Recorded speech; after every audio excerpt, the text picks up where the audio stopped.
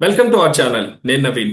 2026లో ఏ సినిమాపై ప్రతి ఒక్కరి ఫోకస్ ఉండేలా ఉంది? ఆ విషయం మనతో మాట్లాడడానికి సీనియర్ అనలిస్ట్ శ్రవణ్ గారు ఉన్నారు. సార్తో మాట్లాడతాం. నమస్తే అండి. సో నమస్తే 2020 అండి. ఏ సినిమాపై ప్రతి ఒక్కరి ఫోకస్ ఉండేలా ఉందండి? 2026 సంక్రాంతి బరిలోకి వస్తున్నటువంటి చిత్రాలు పెద్ద చిత్రాలే ఉన్నాయి. మన తెలుగు ప్రేక్షకులకు ఎప్పుడైనా సరే సంక్రాంతి అంటేనే పండగ. ముఖ్యంగా సినిమా ప్రేక్షకులకైతే సంక్రాంతి విడుదలయ్యే చిత్రాలకు ఆసక్తికరంగా ఎదురు చూస్తూ ఉంటారు. సంక్రాంతి బరిలో బాగా పేరున్నటువంటి హీరోలు ముఖ్యంగా నందమూరి బాలకృష్ణ గారు, ఆనాడు సూపర్ స్టార్ కృష్ణ గారు. ఆ తర్వాత వేరే వాళ్ళు ఉన్నారు. అయినా కూడా ఈ సంక్రాంతి చిత్రాల్లో వీళ్ళకు ప్రత్యేకమైనటువంటి పేరుంది. ఆల్రెడీ సంక్రాంతి కాస్త ముందుగా గత సంవత్సరం చివరిలో రిలీజ్ అయినటువంటి అఖండ విజయ విజయదుందుబి మోగిస్తూనే ఉంది.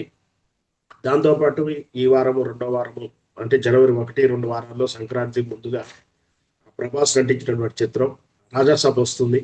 ఆ తర్వాత మనశంకర వరప్రసాద్ చిరంజీవి గారి చిత్రం వస్తుంది. ఇంకొకటి ఆ, మాస్ మహారాజా భర్త మహాశైలకు విజ్ఞప్తి అంటూ అతను వస్తున్నాడు. ఆ తర్వాత అనగనగా ఒక రాజు అని చెప్పి నవీన్ పులిశెట్టి చిత్రం వస్తుంది. ఇవి కాక చాలా చిత్రాలు డబ్బింగ్ చిత్రాలు ఉన్నాయి. ఆ, ఇప్పుడు అంటే రాజాసాబ్ వస్తుంది. రాజాసాబ్ ఈ రోజు రిలీజ్ అయి వస్తున్న సందర్భంలో ఈ మంత్ లో రిలీజ్ అవుతున్న సందర్భంగా మనకు చూసాము నిన్ననే. మన ప్రభాస్ గారి ఇంకొక చిత్రం ఆ, సందీప్ వంగ టీజర్ మన పోస్టర్ రిలీజ్ అయ్యి బహుశా అది వచ్చే సంవత్సరం రిలీజ్ అవుతుండొచ్చు.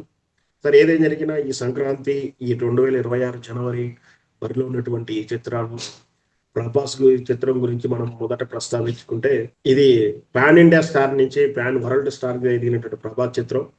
ఆయన టీజర్ రిలీజ్ అయినా పోస్టర్ రిలీజ్ అయినా ఏ విధంగా బజ్ క్రియేట్ చూస్తూనే ఉన్నాం.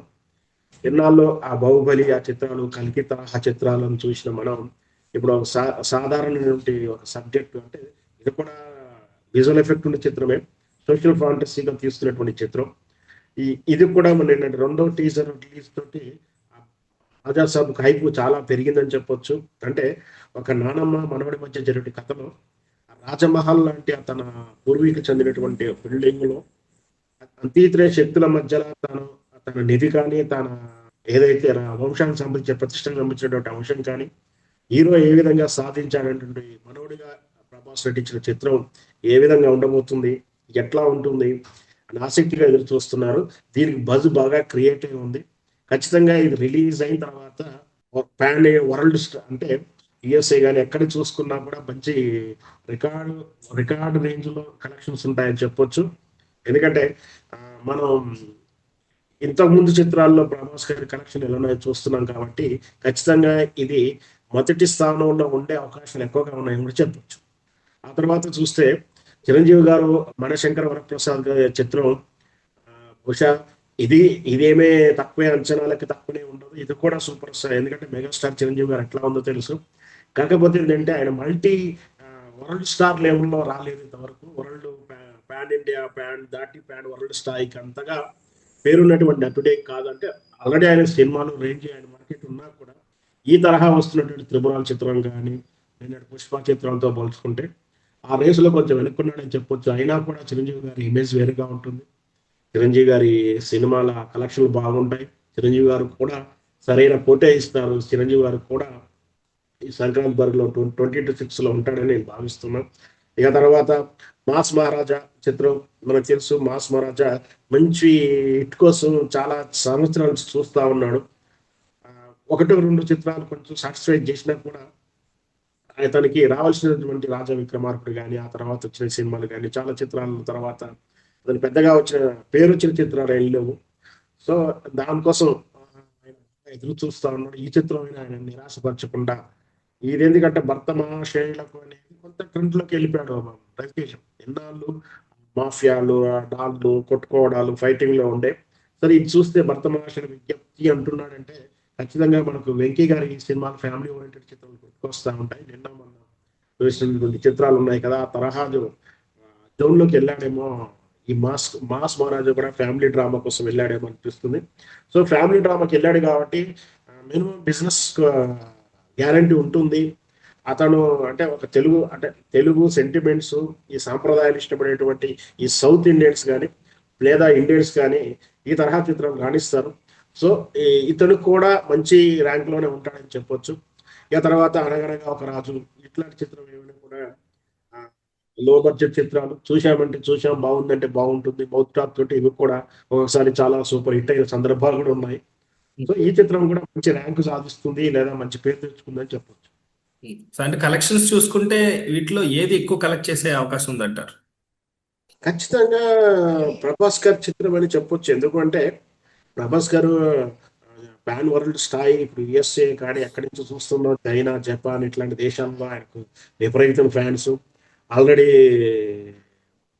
బుకింగ్ ఓపెన్ అయినాక కూడా 80% సీట్లు ఆక్యుపై అవుతున్నట్టుగా మనం చూస్తా ఉన్నాం.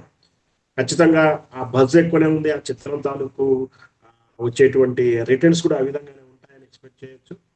ఎందుకంటే ప్రభాస్ గారు ఆల్రెడీ 2-3 టైమ్స్ అంటే దట్ కాల్ త్రిపురాల చిత్రం చేసుకున్నా, బాహుబలి చిత్రం చేసుకున్నా, ఆ తర్వాత వచ్చినటువంటి కల్కి చిత్రాలు తీసుకున్నా, ఇవన్నీ కూడా మల్టీ ఇంటర్నేషనల్ గా పాన్ వరల్డ్ స్థాయిలోనే బాగా రాణించిన చిత్రాలు కాబట్టి అతను మార్కెట్ ఎక్కువగా ఉంది, కలెక్షన్ కూడా ఎక్కువగా ఉంటాయని ఊహించవచ్చు. సో అయితే ఇప్పుడు 2026 అనేది అందరికీ పండుగనే చెప్పుకోవాలా? ఖచ్చితంగా అందరికి పండుగ అని చెప్పాల్సింది. మంచి సినిమాలు వస్తున్నాయి. ఈ 2026లో ఇంకొకటి ఏంటంటే అఖండ 2 కూడా ఉన్నట్టుగానే భావించాలి. ఎందుకంటే జనవరి, డిసెంబర్ చివరి వీక్ లో రిలీజ్ అయింది అక్కడ అది. అది కూడా ఇప్పటికి కూడా కలెక్షన్ ఉందంటే నన్ను అడిగితే జనవరి 20 అంటే ఈ 2026 సంవత్సరంతో పాటు ఆ 25 చివరిలో వచ్చిన అఖండ కూడా రేస్లో ఉందని చెప్పాలి. దాంతో పోల్చుకున్నప్పుడు అఖండ ప్రమేయంతో కూడా కంపారిటివ్ చేసినప్పుడు అఖండ కూడా కలెక్షన్లు బ్రహ్మాండంగా ఉన్నాయి కాబట్టి మరి ఈ రెండిట్లో అఖండ 2 కానీ రాజా సాబ్ కానీ ఏది పై చేరుతుందని మనం చూడాల్సి ఉంటుంది. సో ఇంకా ఇప్పటికీ కూడా సీనియర్ హీరోలే పోటీ పడుతుంటే నెక్స్ట్ జనరేషన్ కూడా ఉన్నారు కదండి. నెక్స్ట్ జనరేషన్ కూడా వస్తుంది. జనరేషన్ ఏమీ తక్కువేం లేదు. అంటే రెండు వారసులు వేల ఇరవై వస్తున్నారు. ఆరు మనకి ఆ సస్పెన్స్ కూడా రివీల్ చేస్తా అంటున్నారు. ఆ, ఈ సంవత్సరం 2026లో వారసులు బాగానే ముగ్గురు పెద్ద పెద్ద హీరోల పరిచయం అయ్యేటట్టు కూడా మనం అంచనా వేస్తున్నాము. బహుశా వస్తుండొచ్చు అని కూడా మనం చెప్పొచ్చు. సో ఏదైతే స్టార్ బాలకృష్ణ గారి కుమారుడు కావచ్చు, వెంకటేష్ గారి నుంచి కానీ, అదే మహేష్ బాబు గురించి కానీ, వాళ్ళ ఫ్యామిలీ నుంచి నూతన తారలు రాబోయే అవకాశాలు ఎక్కువగా ఉన్నట్టుగా మన వార్తలు అయితే వింటా ఉన్నాం. 2026 జనవరి సంక్రాంతికి మనకేమన్నా ఆ హీరోల తనయులతో ఏమన్నా సినిమా వచ్చే అవకాశం ఉందండి? 26 సంక్రాంతిక ఉమ్, 26 సంక్రాంతి వచ్చేదంటే ఇప్పటికే రావాలి కదా, రాలేదు మనకి ఏం తెలియదు అది. ఆ, ఓకే. మనకు ఏదన్నా సరే 2026లో మొత్తానికి అయితే ఆ, వారసులు అయితే వస్తారు. అది మొత్తం పక్కా చెప్పగలుగుతాం. అది మనం వేచి చూద్దాం ఎంతవరకు అవుతుంది. సో ఓకే, 2026 మన హీరోల సంగతి చెప్పట్లేదండి, ఎందుకంటే మనకి ఎప్పటికప్పుడు అప్డేట్ వస్తూ ఉంది. ఎలాగో మీరు చెప్పిన మాటల్లో కూడా క్లారిటీగా వచ్చింది కాబట్టి. And coming to the dubbing cinemas ఏమైనా మనకి పోటీ ఇస్తాయండి? యా ఇప్పుడు తెలుగు సినిమాలకు direct market, direct Telugu film తో పాటు బాగా రాణిస్తున్నటువంటి ఏదైతే ఉందో డబ్బింగ్ చిత్రాల యొక్క మార్కెట్ కూడా బాగా ఉంది. మనం విజయ్ తీసుకున్నా, ఆ, సేతుపతి తీసుకున్నాను, మరి నిన్న కాంతారా సినిమా ఎపిషెట్టి వారి చూసుకున్నా, వీళ్ళు మళ్ళీ మార్కెట్ అంటే కేజీఎఫ్ నుంచి వాళ్ళు యాప్స్ తీసుకున్నా, వీళ్ళ మార్కెట్ కూడా బాగా ఉంది. తమిళ నుంచి వచ్చిన, కన్నడ నుంచి వచ్చిన డబ్బింగ్ చిత్రాలకైతే మనకు మార్కెట్ బాగా ఉంది. వాళ్ళు కూడా కలెక్షన్ లో ఈక్వల్ గా ఇస్తారు. అంటే పెద్ద చిత్రం, డైరెక్ట్ చిత్రం, తెలుగు చిత్రాలు ఏ విధంగా కలెక్షన్ ఉన్నా వాళ్ళు కూడా స్టోర్ చేసుకుంటారు. వీటితో పాటు చిన్న తరహా చిత్రాలు కూడా ఉన్నాయి కొన్ని. హర్రర్ బేస్ వచ్చాయి కానీ, ప్రేమ పేరుతో వచ్చాయి కానీ, మనం చూసాం బల్గం చిత్రం ఏ విధంగా వచ్చిందో. చిత్రం స్పాన్ ఆఫ్ రిలీజ్ తర్వాత ఏం జరిగిందో మనం చూసాం. అంటే 2026లో మళ్ళీ బల్గం లాంటిది కానీ, లేదు కేజీఎఫ్ లాంటి చిత్రాలు వస్తే కూడా మార్కెట్ షేర్ చేసుకుంటాయి. సో అది ఇయర్ మొత్తానికి మనం చెప్పుకోదలుచుకుంటే ఆ విధంగా ఉంటుంది. దాంతోపాటు ఈ మధ్యకాలంలో కొన్ని షార్ట్ ఫిలిమ్స్ కూడా వస్తూ ఉన్నాయి, ఓటీటీ ఫిలిమ్స్ వస్తూ ఉన్నాయి. వెబ్ సిరీస్ అనేది ఒక తరహా తీసుకుంటే ఓటీటీ సినిమా తరహా సినిమాకి మాత్రం వచ్చే సినిమాలు కూడా ఉన్నాయి. సో ఏవి చూసుకున్నా ఓటీటీ ప్లాట్ఫామ్ మార్కెట్ మనం దీంతో కంపేర్ చేయలేకపోయినా డబ్బింగ్ చిత్రాలు కానీ, లేదా ఈ హర్రర్ బేస్డ్ వచ్చేటువంటి చిత్రాలు కానీ, ఫ్యామిలీ ఓరియంటెడ్ చిత్రాలు కానీ, మల్టీ స్టార్ హీరోలు పెద్ద మాస్ హీరో మార్కెట్ కు సమానంగానే బిజినెస్ ఇస్తున్నారు. దాంతో అంటే సినిమా ఫెయిల్ అయితే వాళ్ళు పెట్టిన 1,00,000 లేదా ₹1,00,00,000 నష్టపోతారే కానీ సినిమా హిట్ అవుతే మాత్రం 10 times, 3 times, 5 times, 20 times profit తీసుకున్న చిత్రాలు చాలా ఉన్నాయి. దాంట్లో ప్రధానంగా చెప్పుకునే మన బలగం లాంటి చిత్రాలు చాలా ఉన్నాయి. మొత్తం మీద సినిమాకు ప్రేక్షకుడు వస్తాడా రాడా అనేది ఒక ప్రశ్న అయితే, ఇప్పుడు మనకు ఐబొమ్మ, రవి అరెస్ట్ తోటి కొంచెం సినిమాల పైరసీ అనేది తగ్గింది. సో ఆటోమేటిక్ గా కలెక్షన్స్ కూడా పెరుగుతాయేమో అన్నట్టు అంచనా వేస్తున్నాం. కానీ ఇంతవరకే అంటే ఐబొమ్మ, రవి తర్వాత, అరెస్ట్ తర్వాత పెద్ద చిత్రాలకు అంటే ఒక అఖండ తప్పించి గొప్ప చిత్రాలు ఏమి రాలేదు. సో దాని వేరియేషన్ ఏమి అర్థం కాలేదు.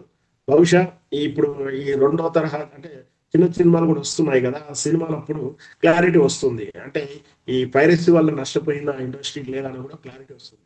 మొత్తం మీద పైరసీ లేకపోవడం ఇండస్ట్రీ ప్లస్ అవ్వాలి. దాంతోపాటు డబ్బింగ్ అయినా, చిన్న చిత్రాలైనా, పెద్ద చిత్రాలైనా ప్రేక్షకుడు ఆదరిస్తే, సినిమాలు రాణిస్తే, సినిమాల సంఖ్య పెరుగుతా ఉంటే సినిమా పరిశ్రమ నమ్ముకునే కార్మికుల జీవితాలు పడుతుంది అనేది నా ఉద్దేశం. రైట్ సార్, థ్యాంక్ యూ అండి, థ్యాంక్ యూ సో మచ్.